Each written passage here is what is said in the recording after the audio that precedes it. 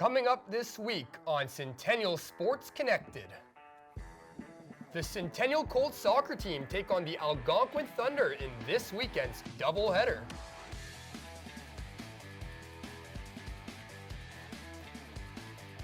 A Scarborough native talks about his journey in signing with NBL of Canada and how he looks to prepare for the upcoming season with the Moncton Magic.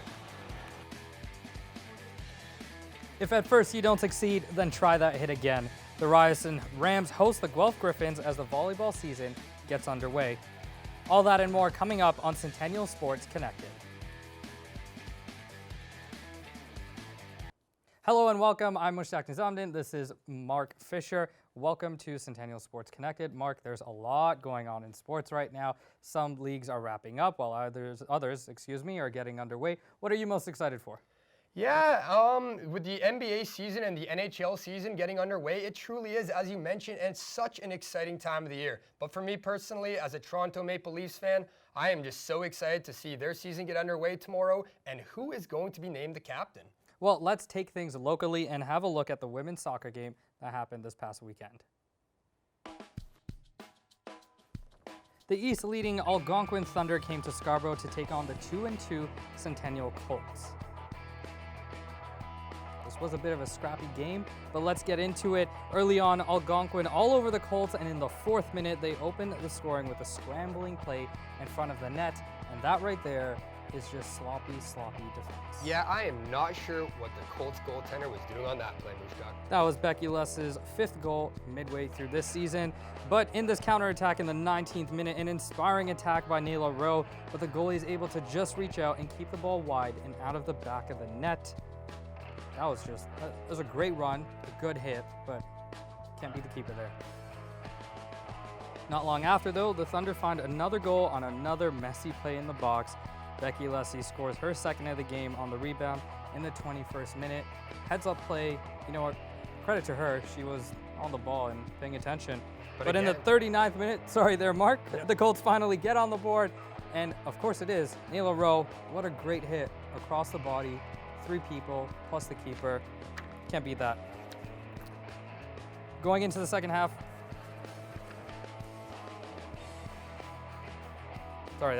Algonquin would add another goal in the 64th minute, though. Rowe would try to make it 4 in stoppage time, but the ball sails just over the crossbar. Close, but not close enough. So close on that. Lovely attempt. Nice hit again. Rowe was impressive, but the rest of her team, unfortunately, unable to help add to the scoreboard. Becky Lessie, though, she leads the way with her 5th and 6th goal of the season. So good on her. She seems to be having a great season. Now to Jamie Branger.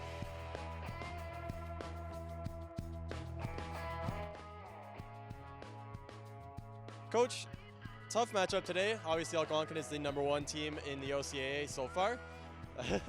What are your reflections on how the team played today?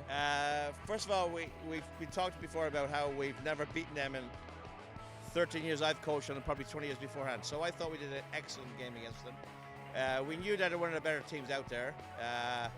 We gave it our best shot. We gave an early goal away, which I thought in years gone by we would have collapsed and conceded 8 or 9 more. We didn't, which is a credit to the girls, the hard work they put in, I thought. And how did you feel about the team's overall performance today against very tough competition in Algonquin? There aren't even words to express how proud I am of my team today.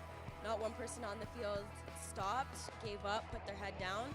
Players coming in, everybody gave 100%, and that's all I can ask for. Thanks so much for your time, Nayla. Well, on the men's side, they look to stay undefeated as they play Algonquin Thunder also at Progress Field. Let's take a look at this game as the boys walk out and get ready for the little opening ceremonies here. The Thunder, though, also look to stay undefeated as both teams are 3-0 during those 3 games. The Colts have outscored their opponent 8-2, and Mark, including a huge 5-1 win, over Cambrian during the current run. Keith Dobson and Dave Medley both led the Colts in scoring with 2 goals each. And you know what? I hope the game's a little bit more exciting than those high fives right there. Yeah, come on, boys. Show some energy in the handshakes.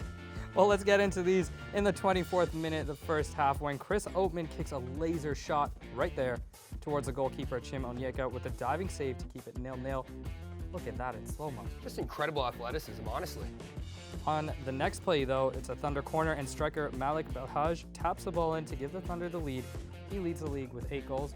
Again, just another heads-up play. Going into the second half with the lead, the Thunder keep on making noise, and in the 58th minute, they scored their second goal of the game with Joe Corey.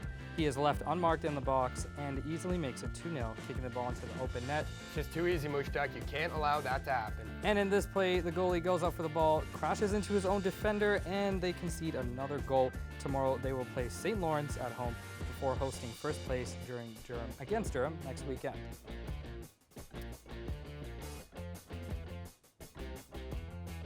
Well, you know what? It looks like everyone just needs to be a little bit more attentive. It seems like that is the key to these games.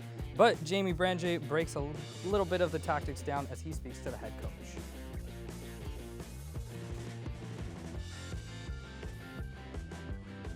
Coach, what do you think you have to build on a game like today?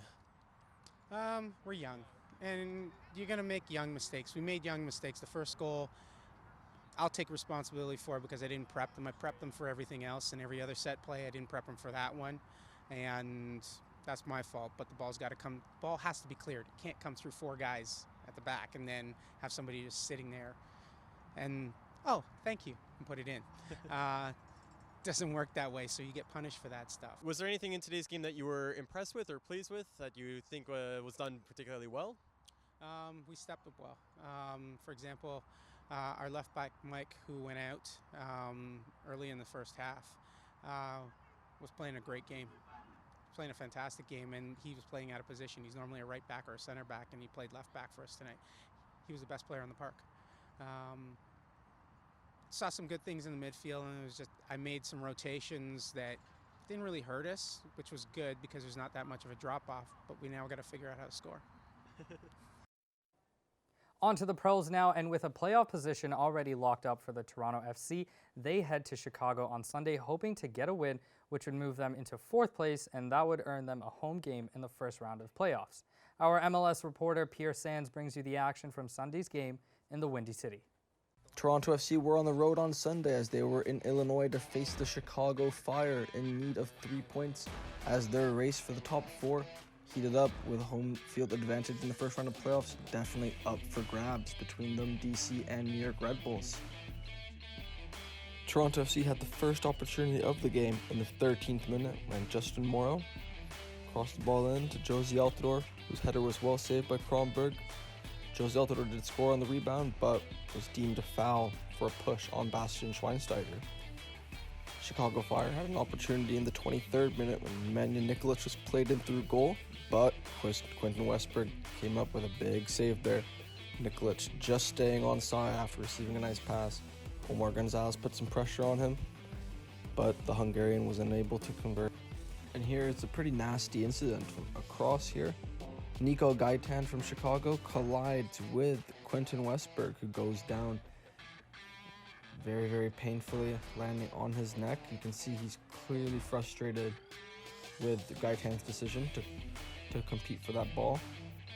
He's in a little space there, turned really well and just couldn't find the finish. Here's a chance. Altidore gets past Carlo and scores for TFC. Josie Altidore back on the score sheet for Toronto FC with a nice finish, shrugging off Francisco Calvo after receiving a nice pass. The American forward did very well to stay onside there and then beating off 2 Chicago defenders, placing the ball under Kronholm to give Toronto FC the 1-0 lead going into the last 30 minutes of the game. In the 67th minute, Chicago on the counter-attack, playing the ball through to Alexander Katai, cuts on his left foot, placing the ball right across Westberg into the bottom right corner. Now from that earlier collision that Westberg had with Nico Gaitan, he would then need treatment, suffering from his vision, and after concussion protocol, he was replaced by Alex Bono, who came on for Toronto FC to make his 100th appearance for the club since being drafted out of Syracuse.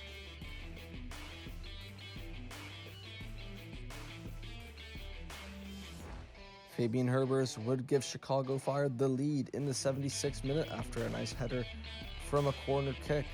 He would find the bottom left corner beating Alex Bono, who had just come on. Toronto FC would find an equalizer in the 79th minute. After a nice corner kick from Alejandro Pozuelo, Omar Gonzalez would score his first goal for Toronto FC after a thumping header landed into the top right corner, beating Karan home very, very nicely. Full-time whistle would go in the 96th minute, meaning Toronto FC tied 2-2. They go into the Decision Day game next Sunday at home to the Columbus Crew on 46 points, 2 points behind 4th place DC United. With training camps around the league underway, the Toronto Raptors held their first ever championship edition of Media Day. So Mushtaq, obviously a huge season ahead for the Toronto Raptors. There's a lot of change, mainly in losing the superstar Kawhi Leonard, but the rest of the team stayed pretty intact. What do you think your expectations are for the Toronto Raptors this season, and can they still contend in the East? In my humble opinion, there's two ways to look at this scenario. You can either be pessimistic and dwell in the past, or you can be optimistic and you can move forward. These are athletes, they're the top level, they're the best players in the world. I think they'll get the job done. They're all winners and they're going to want to continue winning, so expect a great performance from them and a lot of hustle, even if the results don't come right away. Now, let's take a behind-the-scenes look at Media Day at the Scotiabank Arena. Welcome to Media Day. Today marks the start of the 2019-2020 season for the Toronto Raptors. Tomorrow, they'll head to Quebec where they start their first practice under head coach Nick Nurse. Today, we got to hear from President Masai Ujiri, the head coach, and several players from the Toronto Raptors and their thoughts on their wonderful and exciting summer, as well as how they're preparing for the upcoming season. Media from around the world and the United States, including TNT, Fox News, and Canada's very own TSN and Sportsnet, are here to interview all the players and get a feel for what this upcoming season will be like. Let's take a look at how it went down.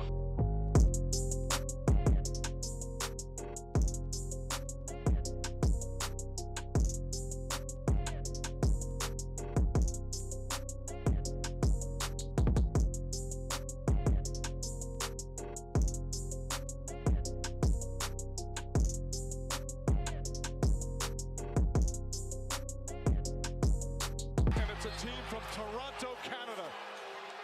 We, the North, are now we, the champions. The Raptors, the 2019 NBA champs. For the first time in franchise history, they were able to lift the Larry O'Brien Trophy, a feat that many thought improbable at the time. It was a summer full of joy and excitement as the fans of the Raptors lined the streets in a parade to welcome their champions home. That's 2 million fans, by the way. The architect behind it all, President Masai Ujiri.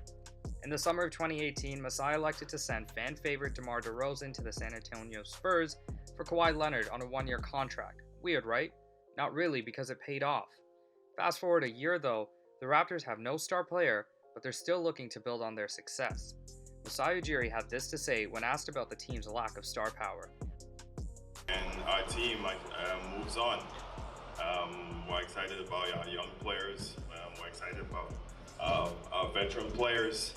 And you continue to build in this league, and I know this question is coming. I'll say it off the bat. You know that I can't sit here and trade DeMar and then Kawhi leaves us and be upset because that's just the nature of the business. Masai Ujiri isn't the only one with plenty on his plate though. In just his second year as the head coach, Nick Nurse has a lot on his plate to deal with. And don't forget the fans outside in Jurassic Park with a huge appetite for success. I think it's a new season. I feel almost exactly the same as I felt a year ago, and the expectations are the same that I had. We're gonna try to play a style that we play a lot of people, group some guys, play defense, move the ball, all those things that we want to do. Try out a lot of things and try to grow this thing from starting tomorrow. First day of practice, and try to get these guys that are here to play A, to their capabilities, and B, extraordinary basketball. Before Before ending the day, I wanted to hear from someone outside the organization of the Toronto Raptors, but someone who still understood the intricacies of playing inside the NBA.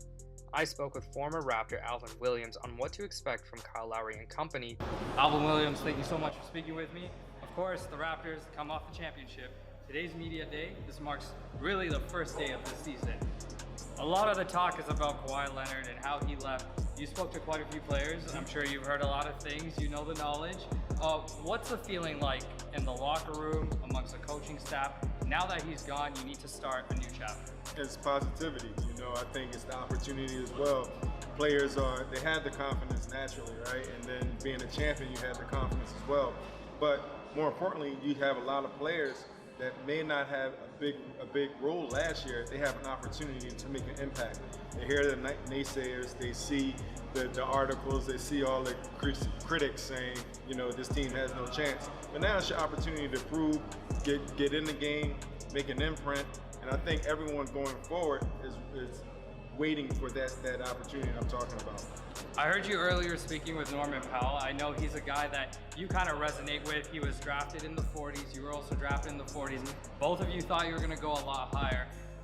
With Danny gone as well, guys like Norm and Pascal Siakam, they kind of go up in the pecking order. How big do you think they can be for the Toronto Raptors? Can they really push this team to the next level? Especially considering for the first time in a while, there's no real superstar with DeMar DeRozan obviously gone and now Kawhi departed. Yeah, it's a big time chance for those guys to prove what they can do. And they've already done it, right? Norman has been proven that he can be that player energy-wise. If you need him at any point of the game, any point of a series, playoff series, championship series, he can come in there and give you his effort, his energy. I'm looking forward to him being more consistent with his offensive play, decision-making, and just his opportunities. Once again, that's the word I've been using. I think that's something that's critical for all of them.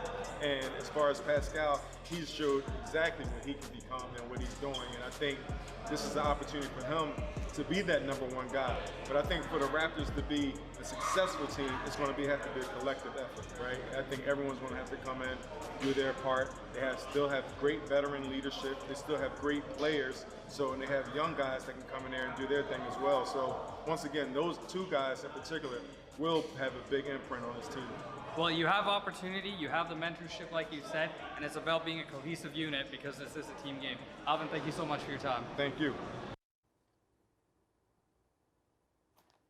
While playing for the Raptors may be the dream for basketball players in the Great White North, it is not the only option.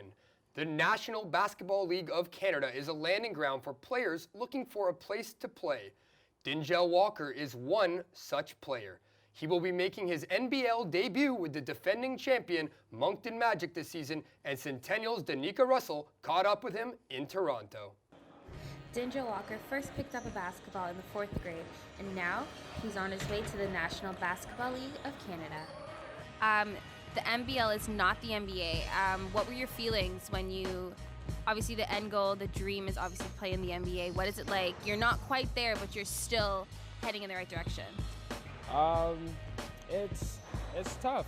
I had a talk with my coach in college about pursuing a pro career, and he told me it's not going to be an easy route. Every time it's not an easy route. It's different routes for everybody.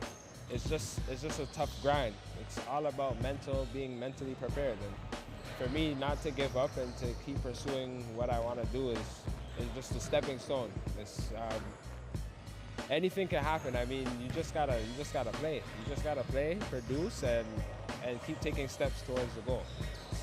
I feel like there's still time, so you're just gonna take a year at a time. Though you're not gonna look too far ahead, or just gonna a year at a time and keep going from there. How often do you train now? You said you didn't play for about 2 years. How frequent are you training, especially for this new team? I train every day. I train Monday to Thursday in the gym. Friday just shoot, and I lift. What do you expect for yourself going into this new team, starting training camp, and then into the season? I expect a lot from myself. I'm obviously coming in, haven't played for maybe 2 years, a year and a half, really. But I've been training and I've been getting prepared, and I literally just can't wait wait to get on the court. I expect for me to play good, have good games, play hard. I expect to be a top player in the league. You mentioned that they are the reigning champs. Is that intimidating for you going into an organization where they are defending a title next season? No, it's not. I mean, throughout my career, I played for great teams. I mean, Oklahoma, I made it to Final Four. Junior college, I made it to Elite Eight. So, I mean, I've been on winning teams before, so I'm a part of that winning culture. Like, for me, that's the type of team I would like to be involved in. I don't really like to lose. Obviously, no one likes to lose, but I hate to lose. So for me to go to the reigning champs, it feels great that we have a team that can actually compete for a championship. So are you trying to be the Kyle Lowry out in New Brunswick? Yeah, Kyle Lowry. Kyle Lowry would just won us a championship. You know, I'm trying to be a veteran rookie, whatever they call me, but I'm trying to be a leader. I'm trying to be a leader, and I'm trying to help whatever I could do for our team to win. I'm trying to be that guy.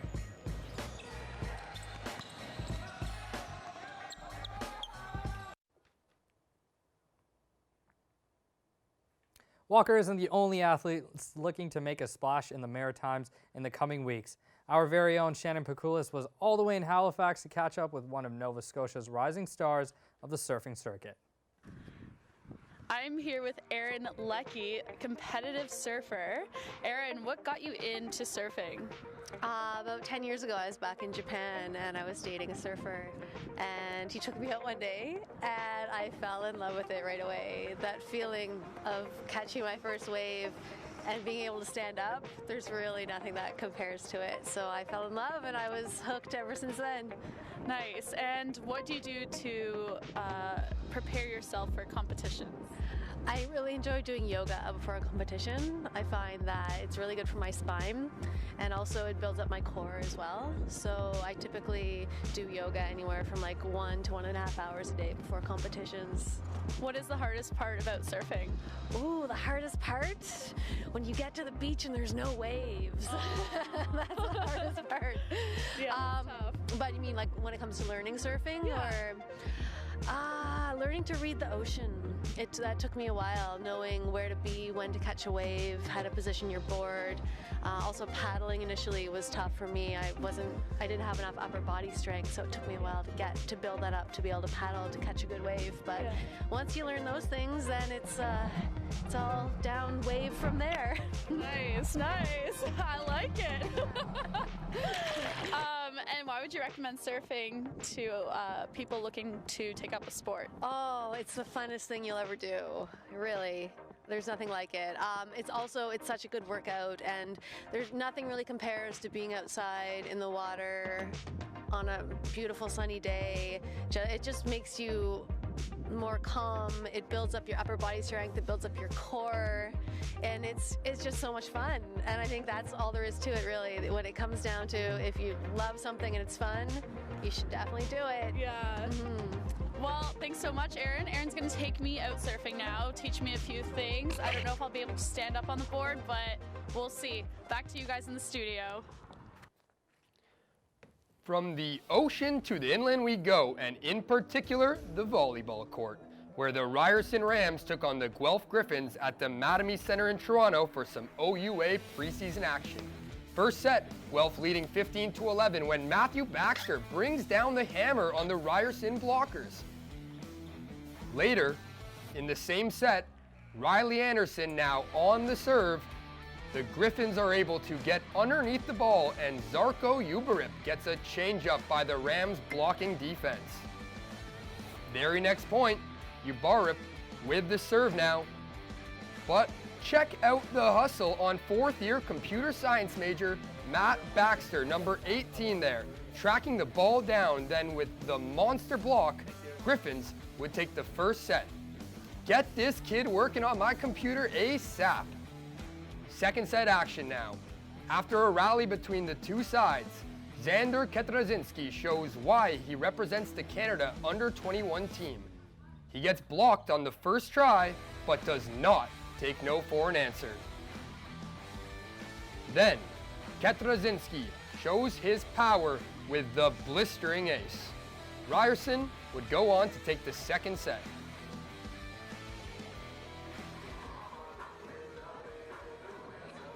This one would have to take 5 sets to get to the bottom of it. The game was just so intense. Lots of coaching, plenty of strategy. Fast forward now to the final set. One of the best back and forth rallies of the match. Arjan Selly with the sneaky poke there, but Ryerson able to keep the ball alive. They're looking to set up their all-star, but Guelph shuts the door.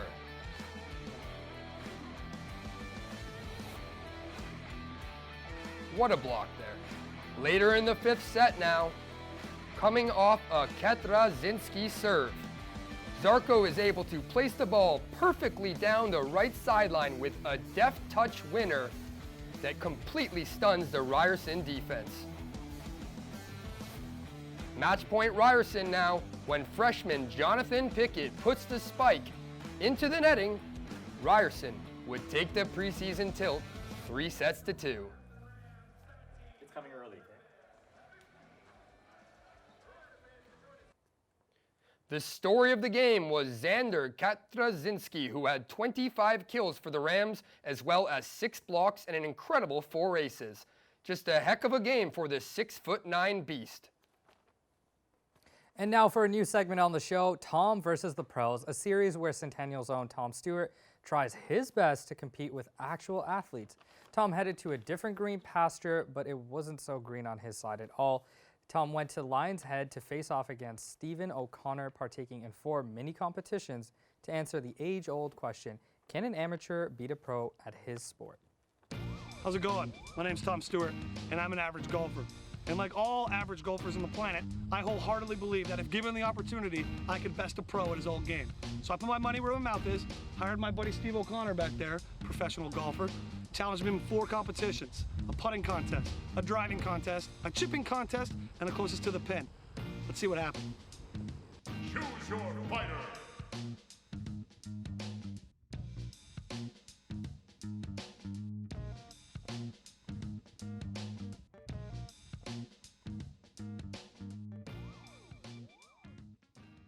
All right, we're here at hole number 4 at Lion's Head for our first competition of the day. It's gonna be a little putting comp. So how this is gonna work, Stevie, we're each gonna get 3 putts. 1 from 10, 1 from 20, and 1 from 30. That's just a little hard, you know, maybe 45, whatever we're feeling.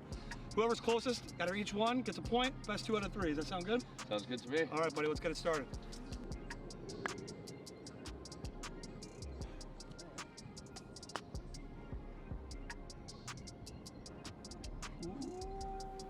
Somebody's closer. All right, I got honors because I was closer on 1.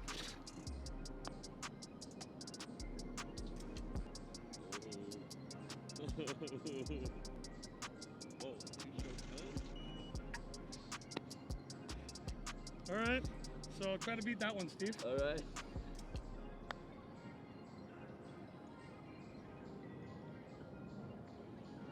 All right. 1-1. All right, putt number 3. This one's a little bit different. We got a classic left to right breaker here, about 45 feet. Stevie, you won last time, so you get to do us honors there, bud.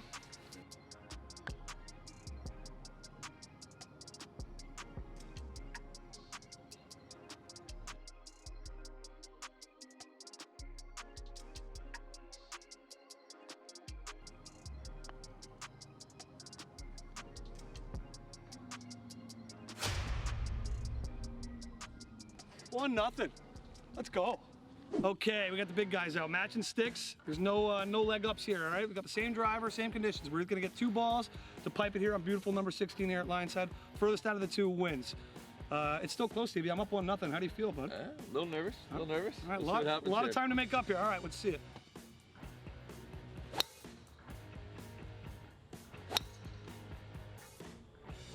That's a ball. All right, so that was about 260, 265. Pressure's on now, boys. Could go up 2-0. Let's see.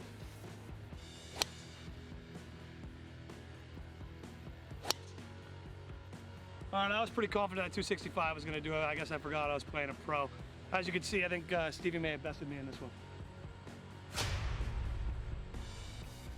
All right, so not the greatest of starts for me. Obviously, you saw where Stevie put the ball there. That was an amazing shot.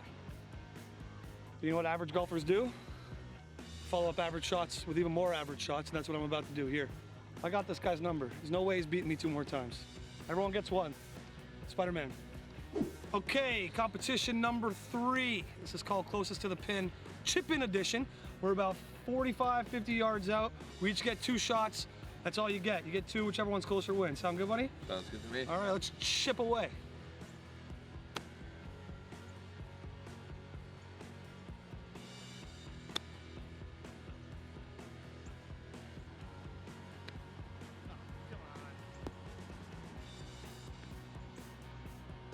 Oh, she's rolling.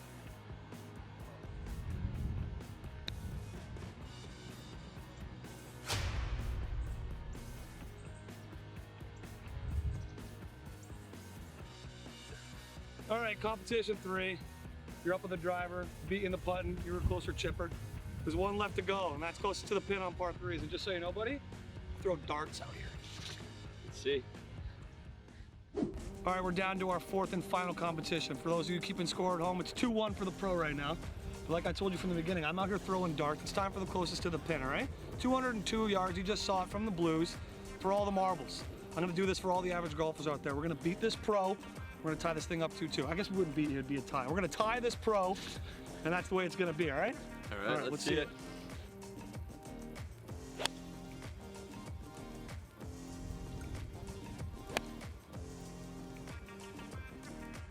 Competition number 4. I thought I put a good swing on it. I thought I had this one in the bag and I was going to tie this guy for all us average golfers. But as you can see here, Stevie was a little bit closer. All right, so I guess we've determined that an average golfer can't beat a professional. I got you in the putting competition, but you outdrove me, you outchipped me, and then you outclosed me as well. It was a pretty resounding win for you, 3-1.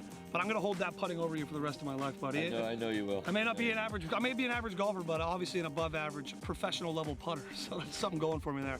All right, guys, 3-1, resounding win. What are you gonna do? I'm gonna go finish this hole, hopefully finish up strong. I'll putt you here on 16. Probably I'll putt you again on 17 and 18 as well. All right, guys, for Steve O'Connor, the professional, Tom Stewart, the average guy, send it back to you in the studio.